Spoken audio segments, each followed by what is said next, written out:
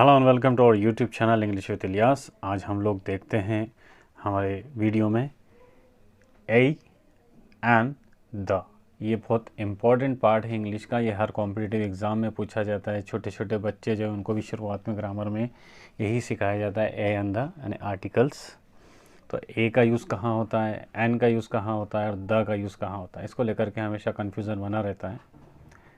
अक्सर हम लोग क्या करते हैं कि हमने ये नियम पढ़ा होता है कि जो वॉवेल से जो भी वर्ड स्टार्ट होता है उसके आगे हम लोग एन लगा देते हैं, बल्कि ये बिल्कुल भी गलत है। वॉवेल साउंड का होना ज़रूरी है। वॉवेल का होना ज़रूरी नहीं है, वॉवेल साउंड का होना ज़रूरी है। जब किसी स्वर का उच्चारण होता है तब हम वहाँ पर एन का यूज़ करते हैं। इसकी अधिक जानकारी हम लोग आगे वीडियो में देखते हैं। तो आइए शुरू करते हैं। ए एन का प्रयोग एक वचन यानी सिंगुलर तथा गणनीय शब्द, सिंगुलर और काउंटेबल नाउन के साथ करते हैं। जिस व्यक्ति या वस्तु के संबंध में हम बात कर रहे हैं उस व्यक्ति या वस्तु का कोई निश्चित स्वरूप हासिल ना हो तब हम ए एन का प्रयोग करते हैं। यानी जब भी किसी व्यक्ति या किसी चीज़ के बारे में हम बात करते हैं, उसका कोई एकदम पर्टिकुलर स्ट्रक्चर हमको ना पता हो, तब हम ए और एन का यूज़ भी कर सकते हैं।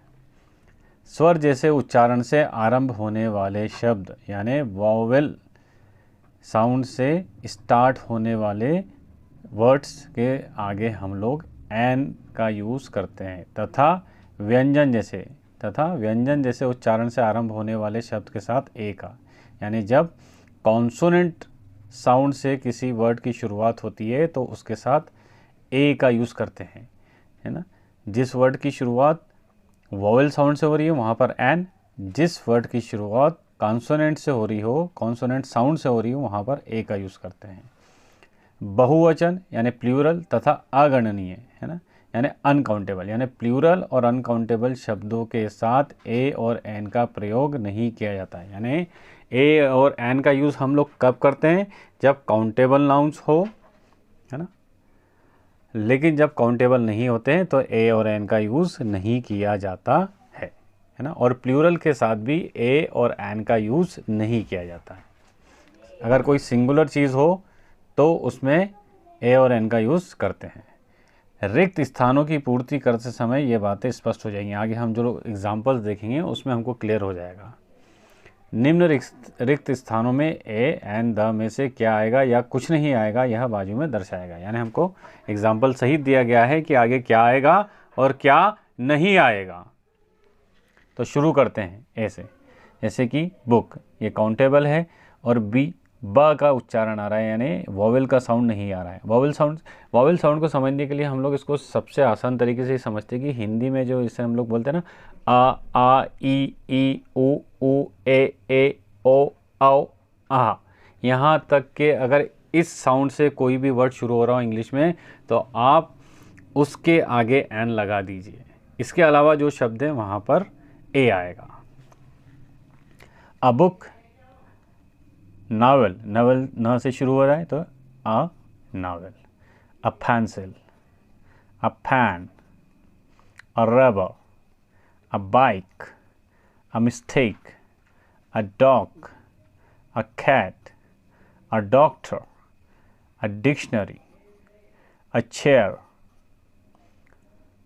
अ computer, a house, a building, a car, a mobile, a gun, a cart, a watch, a barber, a bookseller, a box।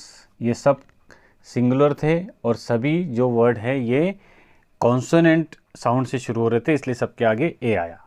आगे हम लोग एन का यूज़ देखते हैं कि एन किसके साथ यूज़ होगा। हम लोग ने पहले ही जितने वॉवेल साउंड से वर्ड शुरू होते हैं, वॉवेल साउंड से, याद रखिएगा, वॉवेल से नहीं, वॉवेल साउंड से। यानी वॉवेल का होना ज़रूरी नहीं है, वॉवेल साउंड का होना ज़रूरी है। जैसे एग, ये शुरू ई से हो रहा है, ई वॉवेल ही है लेकिन साउंड भी ए का आ रहा है, तो egg, an egg. An umbrella, ये वॉवेल साउंड है इसलिए यहाँ पर एन आएगा। एन ओवन, ये भी वॉवल साउंड है इसलिए एन आ गया। An orange, an apple, an animal, an example, an owl, an elephant, an engineer। तो हम लोग ए का वापस से यूज़ देखते हैं। अब ये देखिए जैसे यूनिवर्सिटी लिखा है, अब ये है तो वावेल, यू जो है वो वावेल के अंदर आता है, लेकिन यहाँ पर इसका साउंड क्या निकल रहा है। जब हम इस वर्ड को प्रोनाउंस करेंगे, इसका उच्चारण करेंगे, तो ये क्या होता है, यूनिवर्सिटी। तो शुरुआत कैसे हो रही, यू, यू का साउंड आ रहा है ना, ऊ का नहीं आ रहा है, यू का आ रहा है, इसलिए अ यूनिवर्सिटी। ये कन्फ्यूजन होता है। तो देखिए अ यूनिवर्सिटी, अ यूनियन, यहाँ पर भी यू का साउंड है, अ यूनिफॉर्म, अ वन, व का साउंड आ रहा है, आ का नहीं आ रहा है, तो ये हो गया अ वन वे। अब एन, अब ये देखिए यहाँ पर जो शुरुआत हो रही है, अब कॉन्सोनेंट लिखा है, एच जो है वो कॉन्सोनेंट है, लेकिन साउंड क्या आ रहा है, इसको हावर थोड़ी पढ़ते हैं हम लोग, आर पढ़ते हैं, एन आर, एन ईयर। तो यहाँ पर भी आ गया एन, एन। अब ये हॉनेस्ट नहीं होता, ऑनेस्ट, एन ऑनेस्ट पर्सन। तो जो साउंड आएगा उस हिसाब से हमको ए और एन का यूज़ करना है, एन ऑनरेबल पर्सन, ये हो गया एन। एन एम है, अब ये देखिए एम जो है ये कॉन्सोनेंट है, लेकिन एम को जब हम बोलते हैं तो शुरुआत में साउंड क्या आ रहा है, ए, एम, है ना। तो ए का शुरुआत में उच्चारण आ रहा है, तो an M A, M L A का भी हो जाएगा एन एम एल ए। ये अक्सर 10th 12th में बोर्ड एग्जाम में पूछा जाता है। ये हो जाएगा आपका एन एम पी, एन का एम, ए का साउंड आ रहा है, एल, एल में इसको हिंदी में अगर हम लोग लिख के देखेंगे तो ये एल कैसा हो जाएगा, है ना। अगर ज़्यादा कन्फ्यूज़न हो तो हिंदी में लिख करके देख लेना चाहिए। तो एल को जब लिखेंगे तो देखिए काय से शुरुआत हो रहा, ए से, है ना।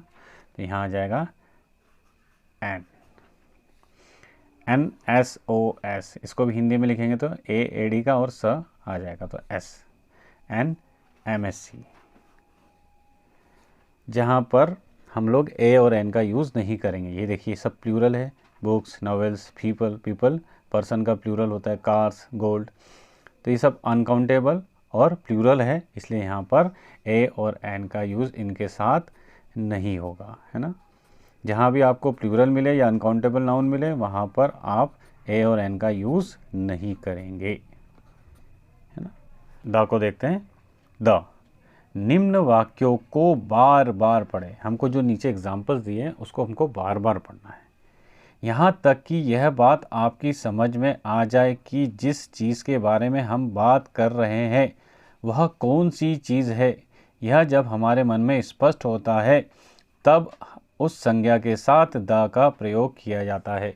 यानी जिस चीज़ के बारे में हम लोग पहले से जानते हैं या हमको उस चीज़ के बारे में पहले से मालूम हो या जिस चीज़ के बारे में हमारी पहले से ही बात हो चुकी हो, ऐसी चीज़ों को बताने के लिए हम द का यूज़ करते हैं। या कोई स्पेशल चीज़ें होती हैं, है ना, जैसे नदियों का नाम हो गया, पहाड़ों का नाम हो गया, या किसी बहुत इम्पोर्टेंट चीज़ का नाम होता है, तब वहाँ पर द का यूज़ करते हैं।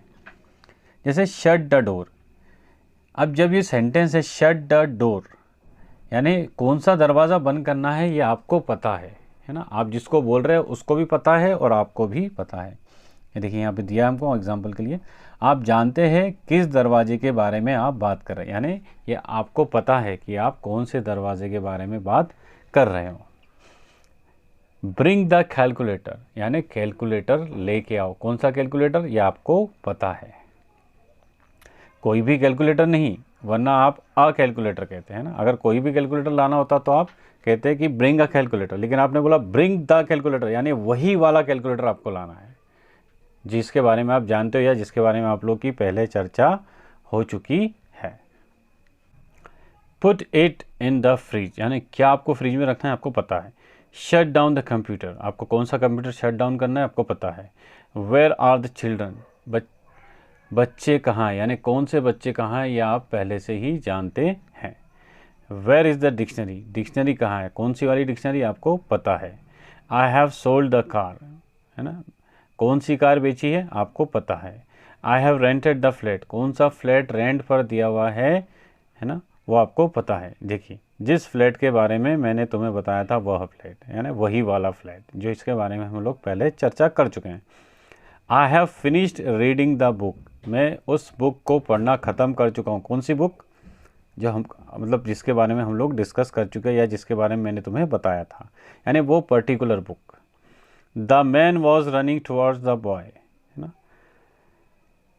अब कौन सा आदमी और किस लड़के की तरफ भाग रहा था, यानी वह आदमी भी आपको पता है और वो लड़का भी आपको पता है ना। जैसे the man was running towards the boy, यानी वो आदमी उस लड़के की तरफ दौड़ रहा था, तो कौन सा आदमी और किस लड़के की तरफ, ये आपको पहले से ही ज्ञात है, आपको पहले से ही पता है।